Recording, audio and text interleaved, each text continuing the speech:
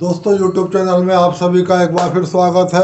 और इससे पहले कि मैं आपको आज फिर मजबूरी में बांग्लादेश की ओर लेके चलूं, आप सभी को रक्षाबंधन के पर्व की हार्दिक शुभकामनाएं।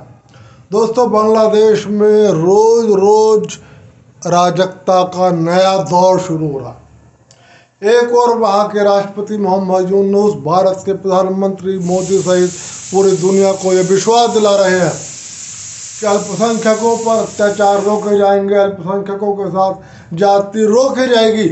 लेकिन रोज रोज वहाँ एक नया ड्रामा खड़ा हो रहा है। और आज मैं आपको जिस बात के लेके चल रहा हूँ, अब बांग्लादेश में हिंदुओं से, बौद्धों से और ईसाइयों से कहा जा रहा है नौकरी छोड़ो। और ये बात मैं नहीं कह रहा हूँ, बांग्लादेश हिंदू बौद्ध ईसाई ओक्या के महासचिव राणा दास गुप्त ने एक बयान जारी करके अंतर्राष्ट्रीय मीडिया से बात करते हुए ये बताया है कि शनिवार से ये अराजकता का नया दौर शुरू हुआ है। स्कूलों, कॉलेजों, सरकारी दफ्तरों, संस्थाओं और निगमों में जितने भी हिंदू, बौद्ध और ईसाई कर्मचारी काम कर रहे हैं, उनको धमकी दी जा रही है कि या तो नौकरी से इस्तीफा दो, अन्यथा परिणाम भुगतना पड़ेगा।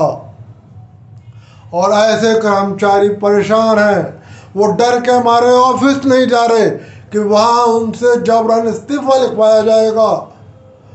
और वो इस बात को लेकर चिंतित हैं कि आखिर कहें तो किससे कहें। उधर वो पाकिस्तान का, बांग्लादेश का वो छात्र नेता जो अपने आप को छात्र नेता बताता है, और वो आतंकवादी छात्र नेता नाहिद इस्लाम कहता है कि मुझे बांग्लादेश में नया प्रशासन खड़ा करना है, नई न्यायिक व्यवस्था खड़ी करनी है। तो ये कौन सा नया प्रशासन है? क्या ये वो नया प्रशासन है जिसमें सभी हिंदू, बौद्ध और ईसाइयों को नौकरियों से बाहर किया जाएगा? क्या ये वो नया प्रशासन है कि जहां इन अल्पसंख्यकों को पूजा करने का और साधारण जीवन जीने का अधिकार नहीं दिया जाएगा? बांग्लादेश ड्रामा डायरेक्टर रोजारियो ने भी आरोप लगाया है कि ईसाइयों के घरों पर चुन चुन कर हमले किए जा रहे हैं और अराजकता रुकने का नाम नहीं ले रही है। आखिर बांग्लादेश में किस पर विश्वास करें? बांग्लादेश का प्रधानमंत्री खुद दुनिया को कह रहे हैं कि हम ये नहीं करेंगे, हम रोकेंगे। वो खुद ढाकेश्वर मंदिर भी गए थे हिंदुओं को विश्वास दिलाने के लिए। लेकिन ये शनिवार का घटनाक्रम मैं आपको बता रहा हूँ, और ये निश्चित रूप से मैं भारत सरकार से कहूँगा कि वो बांग्लादेश सरकार से और पूरी दुनिया के संस्थान, अमेरिका इसमें कुछ नहीं करेगा, ये ध्यान रखिए, क्योंकि बांग्लादेश की सरकार अमेरिका परस्त है। अमेरिका को बांग्लादेश से जमीन का एक हिस्सा लेना है। इसलिए बांग्लादेश की सरकार से ये चाहे किसी पर जुल्म कितना भी ढाए, चाहे हिंदुओं पर ढाए, चाहे ईसाइयों पर ढाए, चाहे वहाँ के मुसलमानों पर ढाए, लेकिन अमेरिका खामोश रहेगा, क्योंकि ये सरकार अमेरिका द्वारा बैठाई गई है, ये सरकार पाकिस्तान द्वारा बैठाई गई है। और इन्हें बांग्लादेश से एक जमीन का हिस्सा छीनकर वहाँ पर अमेरिका की सेना को बैठाना है। तो शेष दुनिया को बांग्लादेश पर दबाव डालना होगा कि वह अल्पसंख्यकों के साथ जातियों को रोके। जो लोग पहले से ही वहाँ निजी या सरकारी संस्थानों में काम कर रहे हैं, उनको काम करने दिया जाए, उनको नौकरी से नहीं निकाला जाए। और भारत सरकार से भी मैं ये बात कहूँगा कि वो हिंदू बौद्ध ईसाई ओइक्या के महासचिव राणा दास गुप्त के बयान का संज्ञान ले और बांग्लादेश के अंतरिम सरकार के मुखिया मोहम्मद यूनुस से इस बात पर अपनी आपत्ति दर्ज कराए और उनसे इस बात का स्पष्ट आश्वासन ले कि यदि किसी से जबरदस्ती इस्तीफा लिखवा भी लिया गया है तो उस इस्तीफे को नामंजूर किया जाए। ये पूरी तरह अन्याय है।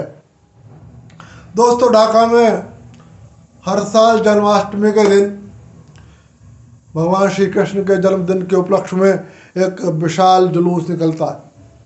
इस जुलूस में हिंदू तो भाग लेते ही है, बांग्लादेश के सेक्युलर मुस्लिम भी बड़ी तादाद में जुलूस में भाग लेते हैं। अब आपको बता दूं कि बांग्लादेश की जो शेख हसीना पार्टी है उसमें काफ़ी तादाद में ऐसे मुस्लिम हैं जो हिंदू मुस्लिम एकता में विश्वास रखते हैं। बांग्लादेश नेशनलिस्ट पार्टी जो बेगम खालिदा जिया की पार्टी है उसमें भी थोड़े से तत्व ऐसे हैं जो हिंदू मुस्लिम एकता में विश्वास रखते हैं। बस हाँ, वहाँ जो जमात इस्लामी है वो बिल्कुल कट्टरपंथी है, जो कहती है कि बांग्लादेश में हमें कोई और मजहब का आदमी स्वीकार नहीं है। तो जन्माष्टमी के अवसर पर वहाँ ये सारे हिंदू और जो वहाँ पर भाईचारे या हिंदू मुस्लिम एकता या हिंदू ईसाई एकता या हिंदू बौद्ध मुस्लिम बौद्ध एकता मुस्लिम ईसाई एकता समर्थक जो लोग हैं मुस्लिम से, वो सब मिलकर एक विशाल जुलूस निकलते हैं। अब अगले हफ्ते एक हफ्ते बाद जन्माष्टमी है।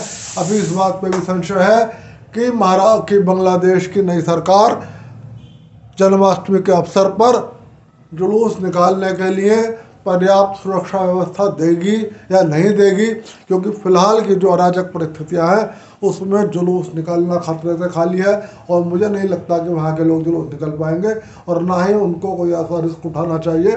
तो ये भी एक चिंता का विषय है। दोस्तों, मैंने कल आपको बताया था कि झारखंड के पूर्व मुख्यमंत्री चंपई सोरेन ने कहा है, अब भी मैं जहां था वही हूं। आज उन्होंने एक कदम बढ़ के कहा है कि झारखंड मुक्ति मोर्चे में मेरा अपमान हुआ है और मैं बेहतर विकल्प की तलाश में हूं। और आज फिर ये चर्चा है कि 6 विधायक उनके संपर्क में हैं।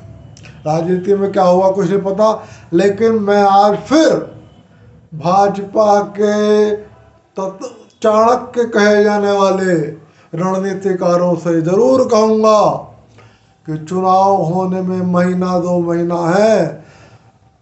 झारखंड में चुनाव से पहले झारखंड मुक्ति मोर्चे की सरकार को गिराने का प्रयास नहीं किया जाए।